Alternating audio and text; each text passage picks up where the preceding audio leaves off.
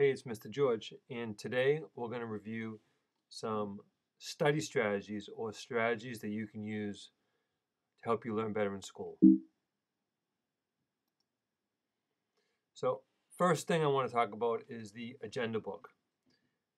Agenda book has traditionally been a book that you write in all your assignments, all your projects, your due dates, when things are due, and there's also a few apps you can put on your cell phone if your teacher allows you to use your cell phone to record all those things where you can set reminders. So when it comes to an agenda book, you really want to find something that you can use. Cell phone tends to work with high school students because they usually have them on them all the time, 24 hours a day, 7 days a week. So when it comes to an agenda book, whatever system you're going to use, just make sure that you write down everything that you need to so that when you get home, you're not confused or you don't forget something.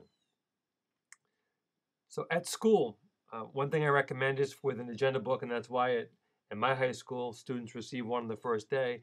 Keep it on your desk at all times. That way, if you have to write something down, you don't need to try and remember it. When you have a 3-ring binder for a class, you should just have one class per 3-ring binder rather than having one big, trapper keeper, also known as a crapper keeper, so that if you have, say for example, science homework, you just bring the science binder home, leave everything else at school.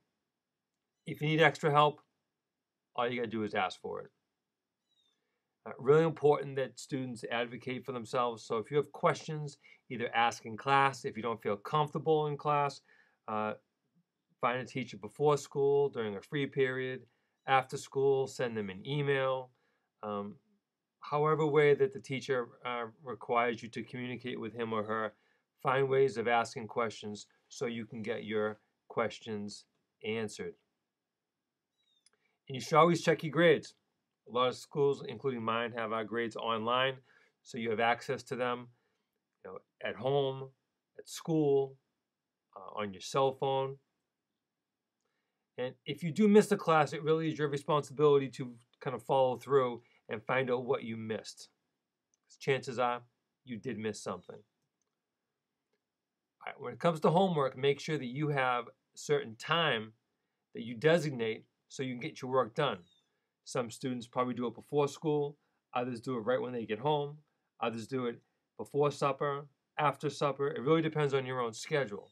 But it's really up to you to make sure that you get your work done at the most efficient time for you. Some students probably peak at 9 p.m. Others are exhausted by 9. So find the time that works for you and make it happen, as well as make sure that you do it in a nice quiet place so that you're not being bothered. Try and remove all the different distractions. If you have a TV set on or a cell phone on, and you keep checking messages every 25 seconds, you're not going to get much done. So sit down, get your homework done, rather than spending 5 hours answering messages, checking out images, going through YouTube, etc. As well as by using the agenda book, now you know exactly what you do need to get done, because it is impossible to remember everything, and you don't want to be the typical student that waits to the last minute to do everything, although that is a lot of fun. So I also have another video that's posted regarding taking notes. So really quickly, read the summary first. Any words that you don't know what they mean, look them up. Read the chapter after you read the summary. Make sure you give yourself some extra space. Don't just copy everything down. Write some things in your own words, especially your summary. As well as, it should be a study aid. You should be able to review your notes, and it gives you an idea of the key points of what you actually just read. So in a perfect world, you would read the chapter one time. It'll also make your studying for quizzes, tests, finals much more efficient. So trying to study is very similar to lots of other things, especially like investing money. Try and do it a little bit over a longer period of time rather than cramming and jamming the night before. Quiz yourself. If you can't do this, then find someone else in your household who can quiz that for you. But ultimately, you should be able to do this by yourself as we're working towards studying independently. Although there's a lot of value of studying like in certain study groups, but you should be able to do both. Here's a couple crazy ones.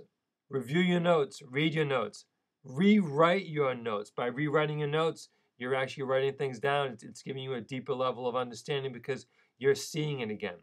What tends to happen is kids like to take their cell phones and take pictures of things on a board, but by doing that, it's effortless, but you really don't retain everything because you're not really even looking at it. You're just looking at an image of a bunch of notes. So by reading it, by writing it, by rewriting it, you're seeing it multiple times. You're writing it multiple times rather than just glancing at it one time. And do a good job reading things from your textbook or whatever resources you have. Hope you enjoyed the video on study strategies, and see you next time.